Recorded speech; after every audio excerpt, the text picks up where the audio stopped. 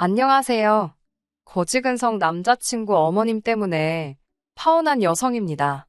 가끔 외롭거나 힘이 들 때 사연을 들으러 오는데요. 오늘만큼은 제 사연을 이야기해볼까 싶어요.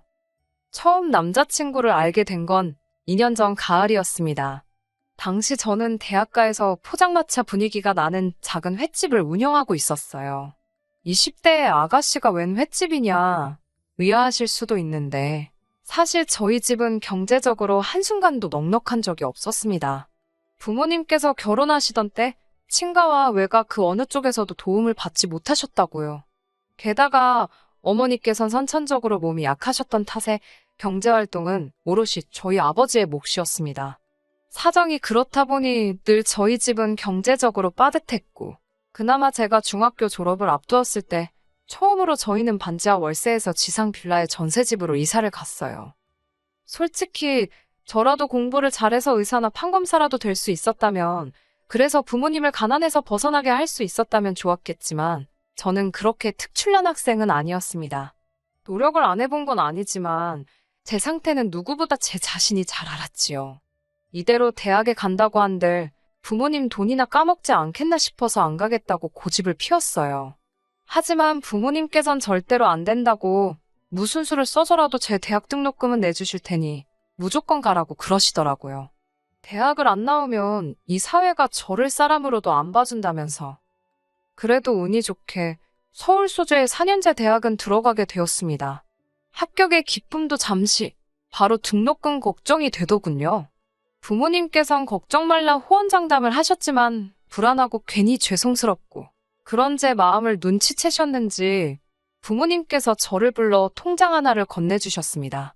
제가 어렸을 때부터 저를 위해 모으셨던 돈이라고요. 아, 그날 저 부모님 앞에서 정말 눈물 콧물 흘리며 어린애처럼 울었습니다. 왜 나는 백화점에서 운동화 안 사주냐, 브랜드 잠바 입고 싶다며 철딱서니 없게 굴던 지난날이 떠올라서 너무 죄송했거든요. 하지만 제가 자라는 동안 물가가 미친 듯이 올랐잖아요.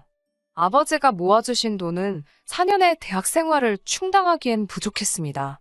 게다가 2학년으로 올라가던 해였습니다. 당시 저희 가족은 빌라에서 살고 있었는데 그 빌라 주인이 전세를 올리겠다고 통보를 해왔지요.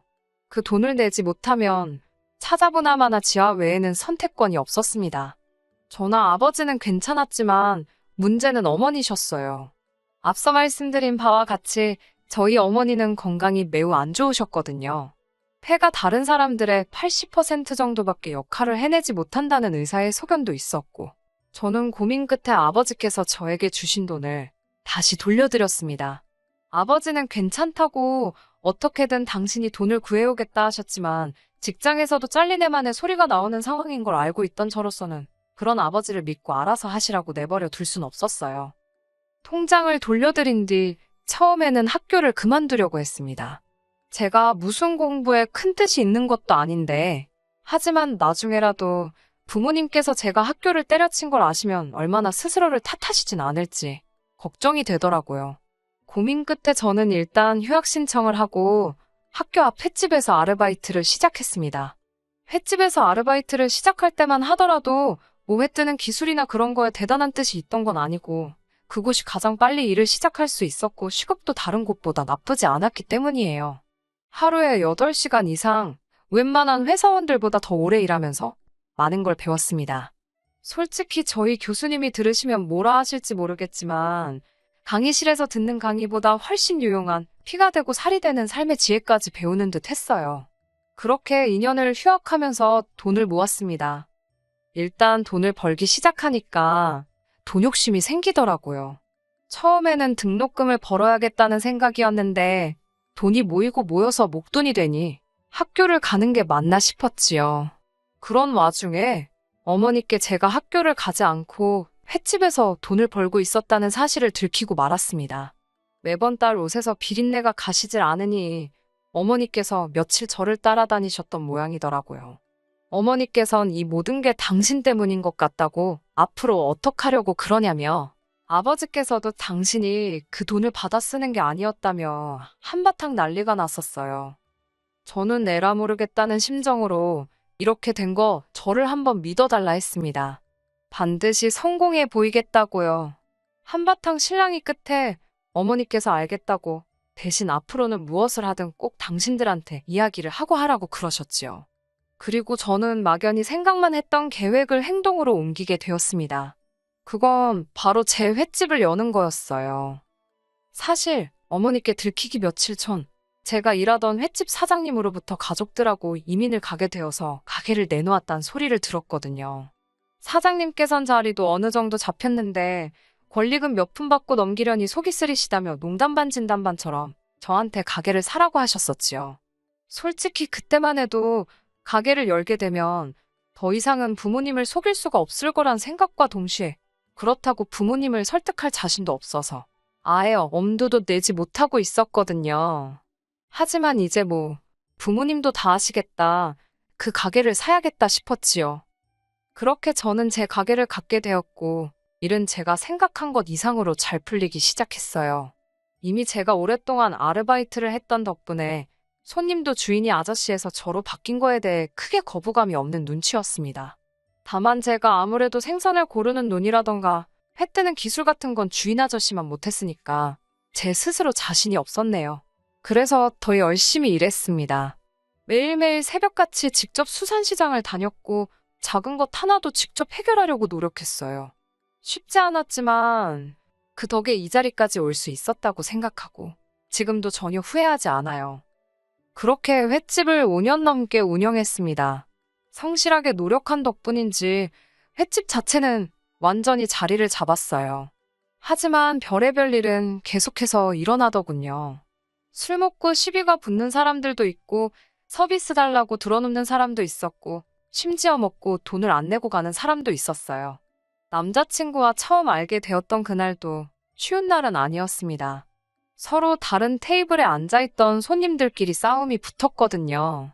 먼저 시비를 걸던 손님이 오히려 상대한테 얻어터졌는데 제가 여자라고 만만해 보였는지 그 화풀이를 저한테 하려 들었습니다. 급기야는 깨진 술병으로 절 위협하면서 말이에요. 모두가 겁을 먹고 주저하던 그때 남자친구가 나서서 그 손님을 맞고 경찰을 부르더군요. 그 일을 계기로 저희는 연락을 주고받게 되었고 얼마 지나지 않아 연인 사이로 발전했네요. 남자친구는 구급 공무원이었는데 직업이 안정적이고 탄탄했던 대신 벌이가 적었습니다. 한 달 기준으로 치면 제가 3배는 넘게 벌더라고요. 하지만 정말이지 전 전혀 신경 쓰지 않았습니다. 데이트 비용의 대부분을 제가 지출하긴 했지만 제가 워낙 바빠서 데이트 자체를 자주 못했기에 크게 부담이 되는 정도는 아니었어요. 그러다 사귄 지 2년이 되어갈 무렵 남자친구가 적극적으로 결혼 이야기를 꺼내기 시작했습니다. 저는 결혼에 대한 확신도 없었지만 그렇다고 결혼을 안 하겠다는 주의도 아니었기에 솔직히 말해서 이만큼 사귀었으면 알 만큼 아는 것 같으니 결혼해도 나쁘지 않겠다 생각했어요. 결혼 이야기가 본격적으로 진행되면서 당연히 남자친구의 가족들도 만나게 되었지요. 물론 인사를 드리러 갈 때만 하더라도 이렇게 남자친구랑 헤어지게 될 줄은 상상도 못했지만요. 도착한 남자친구의 집에는 남자친구의 부모님뿐만 아니라 남자친구의 누나들까지 있었습니다. 저는 선물로 과일 바구니에 꽃을 사갔는데 누나 중 한 사람이 돈 많이 번다더니 손이 작다고 그러대요.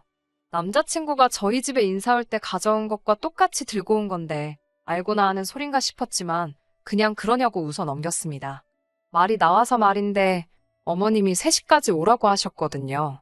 속으로 애매한 시간대다 싶었지요. 보통 주변 친구들 말이 예비 시댁에 도착하면 식사하고 후식 먹고 그러면서 이야기가 오간다 했는데 3시에 점심을 먹기는 늦잖아요. 아니나 다를까 점심은 안 주시더라고요. 그런 건 별로 신경 쓰지 않았습니다. 제가 사간 과일을 같이 먹으며 이런저런 이야기가 오가기 시작했어요. 어머님께서는 기다렸다는 듯이 제가 어느 학교를 나왔는지, 부모님은 무슨 일을 하시는지와 같은 것들을 물어보셨습니다. 남자친구 말로는 대략적인 건 이미 다 어머님께 자기가 말씀드렸다고 크게 신경 쓸 건 없을 거라고 했는데 사실 대학을 마치지 못한 게 자랑거리는 아니잖아요. 하지만 저에겐 딱히 컴플렉스도 아니었으니 솔직하게 말씀드렸습니다. 그러자 어머님께선 고졸인데 대학까지 나와서 공무원을 하고 있는 당신 아들하고 수준이 맞냐는 식으로 저를 무시하시더라고요. 게다가 옆에 있던 남자친구의 누나들까지 나서서는 사람이 돈이 전부가 아니라는 둥, 머리에 든 게 있어야 된다는 둥, 말 같지도 않은 소리를 해대기 시작했어요. 이때 남자친구가 나서서 그러지 말라고 한마디만 했어도 저는 가만히 있었을 겁니다. 하지만 남자친구는 실실쪼개며 웃기만 할 뿐 저를 위해서 한마디도 하지 않더라고요. 내가 뭐 때문에 여기서 이런 대접을 받고 있나 싶어서 맞다고 남자친구랑 말이 잘 안 통한다고 받아쳤습니다. 남자친구가 책상 앞에만 있어서 그런지 꽉 막힌 구석이 있다고 어쩔 때는 저 돈 받고 일하면서 안 답답한가 싶고 그렇다고 받아쳤지요. 그러자 어머님께선 저더러 돈 좀 번다고 벌써부터 당신 아들 무시하냐고 발끈하시더라고요. 저는 남자친구처럼 실실 웃으며 그럴 리가 있냐고 대꾸했고요. 솔직히 처음 인사드리러 간 자리였으니 제가 제 자신을 낮추고 어머님 비위에 맞춰드릴 수도 있었을 겁니다. 하지만 뭐가 그렇게 재밌고 즐거운지 남자친구는 어머님이나 언니들의 의도도 눈치채지 못한 채 제 편을 들기는커녕 멍청이 마냥 자리를 지키며 실실 웃고만 있더라고요. 게다가 집 이야기가 나오자 가관이었습니다. 저는 당시 시세 7억짜리 집을 가지고 있었어요. 당시 주변보다 저평가되어 있던 작은 평수의 아파트를 대출 없이 3억이 안 되는 돈으로 구입했는데 갑자기 집값이 미친 듯이 오른 덕분이었어요. 운이 좋았지요. 남자친구도 물론 이런 속사정을 알고 있었고요. 하지만 어머님께선 이 사실은 모르고 계셨는지 저에게 집은 어떻게 할 거냐고 물으셨습니다. 저는 남자친구와 얘기가 되어 있던 대로 제 아파트에서 시작하려고 한다고 말씀드렸어요. 대신 신혼집으로 들어가는 만큼 인테리어와 가전가구는 남자친구가 하기로 했다고요. 이를 듣곤 언니 중 한 명이 그럼 한 3, 4천이면 되겠다고 그러는데 어이가 없었습니다. 모르면 가만히나 있지 아무렇게나 떠들어대네 싶어서 아니라고 1억 정도 예상하고 있다고 했어요. 그러자 두 언니는 물론이고 어머님까지 눈을 동그랗게 뜨고는 저더러 제정신이냐입니다. 아무리 대학을 안 나왔어도 그렇지 세상 물정을 너무 모른다나요. 시집도 안 가고 어머님께 용돈 받아 쓰는 언니들한테 내가 왜 이런 소리를 들어야 하나 어이가 없어서 웃음이 나올 지경이었어요. 동시에 며느리감한테 제정신이냐고 묻는 게 더 제정신인가 싶었고요. 하지만 제가 따지고 든들 자기들이 실수했다는 걸 인정할 것 같지도 않아서 그건 제껴두고 일단 왜 1억이나 드는지부터 조목조목 설명해드렸네요. 솔직히 말하자면 오래된 아파트라서 일단 안을 싹 뜯어고쳐야겠다는 생각을 했었습니다. 그리고 가전가구도 오래오래 쓸 거니까 좋은 브랜드 제품으로 하고 싶었어요. 사람마다 생각하는 기준이야 다르겠지만 저는 대부분의 시간을 횟집에서 보내다 보니 집에서 머물 때만큼은 정말 편안하게 있고 싶었거든요.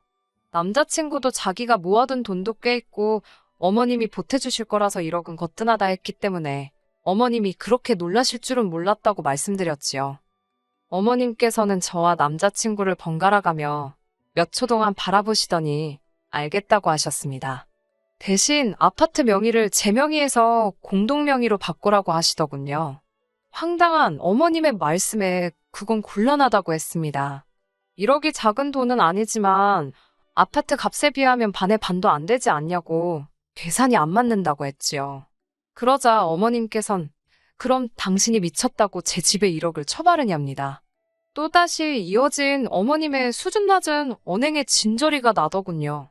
저는 어머님께 그 집에 저 혼자 살 게 아니고 어머님 아들도 같이 살 거라고 그리고 그 집에서 저보다 어머님 아드님이 더 많은 시간을 보내게 생겼다는 사실을 다시 한번 상기시켜드렸네요.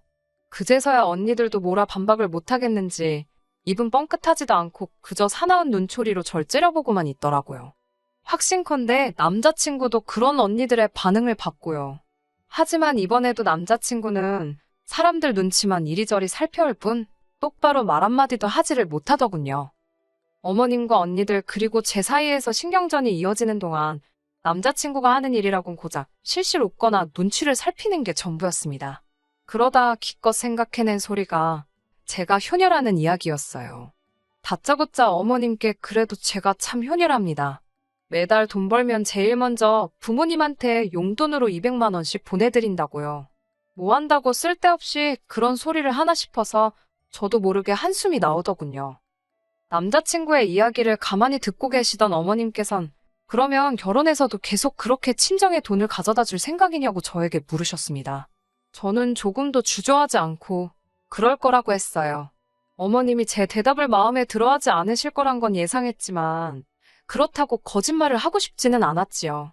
그러자 어머님께선 이것 보라며 결혼하면 남편이 버는 돈이건 제가 버는 돈이건 부부 공동재산이랍니다. 그러니 남편과 상의를 하고 어른들 의견도 물어야 하는 거라대요. 100번 양보해 남편이랑 상의를 하는 건 그렇다 쳐도 왜 어른들하고 상의를 해야 하는 건지는 이해가 도통되지 않아서 왜 상의를 해야 하냐고 여쭈었어요. 그러자 어머님께선 당연한 거 아니냐며 당신은 친정에 재산 빼돌리는 며느리는 볼 생각이 없으시답니다. 그러자 한 언니가 아니면 양가에 똑같이 잘하면 되겠네 그러는 거예요. 다른 언니도 그 말이 정답이라면서 양가에 똑같이 하면 아무런 문제될 게 없답니다. 다들 미쳤다 제정신이 아니다 싶었지요. 솔직히 이때는 이미 결혼하겠다는 생각은커녕 갈 때 가더라도 할 말은 하고 나가야겠다 싶어 어머님을 똑바로 쳐다보고 말씀드렸습니다. 어머님, 저희 부모님은 당신들 드실 거 못 드시고 입을 거 못 사 입으시며 저를 키우셨지만 어머님은 뭐 절 위해 하신 일이 있으신가요?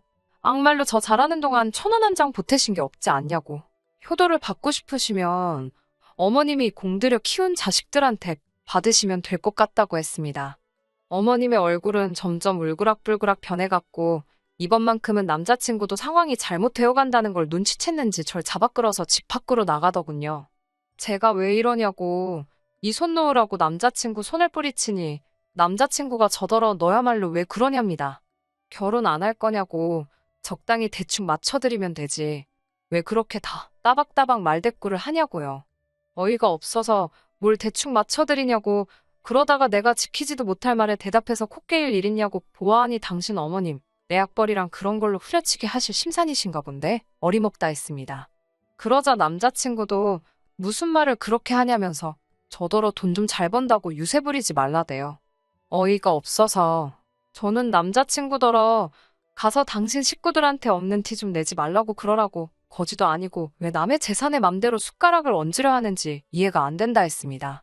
그러자 이제 남자친구도 제가 자기 식구들더러 거지라 했다고 저한테 고래고래 소리를 지르고 저도 좀 전까지 어머님과 두 언니들한테 당한 수모가 생각나서 같이 악을 쓰고 저는 이러고 있는 거 자체가 스트레스고 짜증이라고 결혼이고 뭐고 없던 일로 하자고 했습니다. 막말로 너랑 결혼 안 해도 나는 손해볼 거 하나 없다고요. 그렇게 파혼을 하고 3주쯤 지났을 무렵 남자친구가 이야기를 한 건지 횟집으로 남자친구 어머님과 두 언니가 찾아왔더라고요. 다행히 손님이 없었기에 가게에서 잠깐 이야기를 나누게 되었습니다. 무슨 일로 여기까지 오셨냐 하니 당신이 그날은 너무 감정적이었던 것 같다며 결혼을 허락해주러 왔답니다. 황당해서 허락 같은 거 필요 없다 헤어졌다고 말했지만 자기들 듣고 싶은 것만 듣기로 작정이라도 했는지 자존심 세우지 말고 이쯤 했으면 죄송하다 숙이고 들어오랍니다. 그러면서 당신이 알아봤는데 공동명의로 바꿔야 세금 혜택도 있고 어쩌고 저는 됐다고 그렇게 아드님 저한테 장가 보내고 싶으시면 집값이 7억이니 7억 들려서 보내시라 했습니다. 그러면 한번 생각이나 해보겠다고요. 어머님은 저더러 도둑놈 신보라며 소리를 지르셨고 저는 세상 천지에 물어보라고 우리 둘 중 누가 도둑놈 신본가라며 따지고 들었네요. 결국 제가 남자친구에게 전화를 걸어 네 가족들 좀 데려가라고 안 그러면 경찰에 영업방해로 신고하겠다고 악을 썼습니다. 그리고 얼마 지나지 않아 세 사람 모두 시근덕거리며 가게를 나가더라고요. 그냥 내보내자니 억울하고 그렇다고 머리채를 잡을 수도 없어서 나가는 뒤통수에 소금 한 바가지 퍼부어버렸습니다. 그리고 지금 그러니까 요즘에 들어서야 남자친구도 이별을 확실히 받아들였는지 더는 연락이 없네요. 잘된 일이지요. 요새는 내년에 여는 이웃점 준비로 정신이 하나도 없어요. 마음 같아선 여기다 제 횟집 주소 딱 알려드리고 싶네요. 앞으로는 더 좋은 일만 있었으면 좋겠습니다. 끝까지 들어주셔서 감사합니다. 오늘의 사연은 여기까지입니다. 구독과 좋아요, 알람 설정 부탁드리고 더 좋은 사연으로 다시 찾아뵙겠습니다. 감사합니다.